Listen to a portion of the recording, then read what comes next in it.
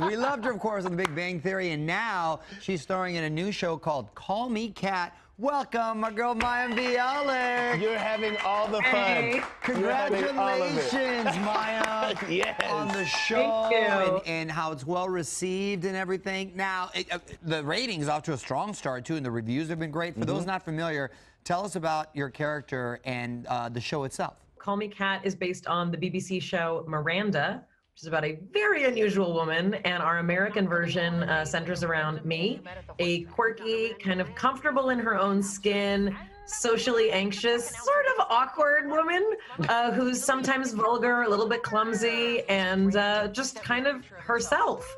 And this is usually the character who's like the friend on shows, but she's front and center here. It's really cool that she is front and center, and along with you, you've got some really great co-stars, Leslie Jordan, Kyla Pratt, among some of the favorites. Cheyenne Jackson. Yeah, exactly. Cheyenne Jackson, Susie Kurtz, like Hollywood Gold, Julian Gant. I mean, like, I have to say, I think we'd like each other even if we hated each other. We're just so happy to not be in our homes anymore, and we get to work during this crazy pandemic. But we really do have lovely chemistry. We love working together and playing together. And we're literally having the time of our lives making this show, which hopefully will make people laugh. That's what it's for. That's a really fun cast. Love Leslie Jordan too. So funny. Right? So cool. Now, is this true? We heard that your Big Bang Theory co-star Jim Parsons was the one who actually brought the idea to you. Or? Yeah, he had a little hand in this. Yeah. Yeah, it was actually Jim's company that had the rights to Miranda. Oh, nice. And he came to me and he was like, what do you think of this project? And I was like, I thought he was just asking me as a business friend or just as a friend. I said, I think that's a great idea. I wish you luck with it. And he said, no, Mayim, I'm asking you to star in it. So that's literally how it came about. Oh, wow, that's awesome. It's a great idea for you. He's like, no, for you. Could there be a chance to reunite on screen? Oh. I mean, I have no problem with that. I would love it, but his billing is above mine, so he really gets to decide. Fair enough. That's right. Well, so the show is called Call Me Kat. Your character, of course, has a couple cats. You, in real life... She's got a whole cafe of them. Yeah, she owns a cat cafe. Right? In real life, I only have 3. Now, I only have 3. So when you go home to your real cats, do they have an issue with the play cats? Because, you know, dogs don't play that. My cats definitely are like, woman, you were home for 9 months. Where do you go coming home smelling of cat? Yeah. Where are these cats at that you know? That cafe and seeing that picture, that gave me anxiety because I'm like deathly allergic to cats. I could never. Oh, you don't want to guest star on our show. No, then. I was thinking. No. I was telling Leslie Jordan that. I go, oh my God, I could never visit that set. I would be a hot mess. No, you really couldn't. Stop thinking about it. You're going to start itching. Look, he's sweating. He's sweating right now. Mayim, I wanted to talk about your new podcast, Mayim Bialik's Breakdown. What are you breaking down? Breaking down all things mental health, using my PhD in neuroscience and my vast experience with mental health challenges, which I've always been very open about. Yeah. We have a website, bialikbreakdown.com, and we have articles on mental health, and we launch next week. You can hear us on Spotify and anywhere you listen to podcasts. And if you sign up for subscriptions on my YouTube channel, you can watch us do the podcast. I'm actually in the podcast studio right now, and we're breaking down all things mental health. Mind-body connection, you know, is there science to meditation and acupuncture? What is chiropractic? How are the mind and body connected? And I talk to experts in the field and also celebrity friends who are experts in their own mental health struggles. Leslie Jordan and Cheyenne Jackson are actually 2 of our first guests. Oh, wow. And it's been really, really fun and interesting and a way to kind of try and destigmatize mental health and try and provide more people with access to this information because it shouldn't be something just for the elite.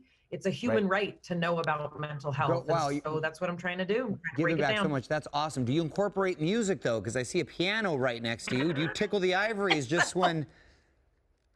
We actually have a theme song, but no, it is not me playing it. We'll be revealing that on Music Monday, actually. Oh, okay. Our theme song. Thought we were about to but we have it here in case I need to do little jingles and things. But I should move it for interviews because I think it looks pretentious. Well, I am so excited to hear the podcast because I think we can all agree that this is something that is definitely necessary and now more than ever. What do you think, though, is the most common misconception when it comes to trying to protect your mental health or get to a space where you do feel better and all this madness that seems to be going on? You know, I wish I could say, like, just chin up, it'll get better. Right. But unfortunately, a lot of these things don't get better on their own. And I think the most kind of sobering thing for us to think about is most of us will find, you know, something to fill that hole with, whether it's drugs or alcohol or sex or shopping or internet. We all find ways to try and make uncomfortable feelings go away. And just like pee, emotions can be held in, but eventually they're going to come out. So best to deal with them up front. That's the best analogy ever. Just like pee. Yeah, let it out. I'm going to go with that. Let it out. Before we let you go, how are the kids? They're okay. I mean, they're bored and they're confused by what's going on in this country. You know, like we've been kind of glued to the television for all of Black Lives Matter all year, and now like what happened in the Capitol, like they're going a little bit nuts. Like, what is with this world you brought us into? But we're trying to, you know, not stress them out, or at least stress them out in an age-appropriate way.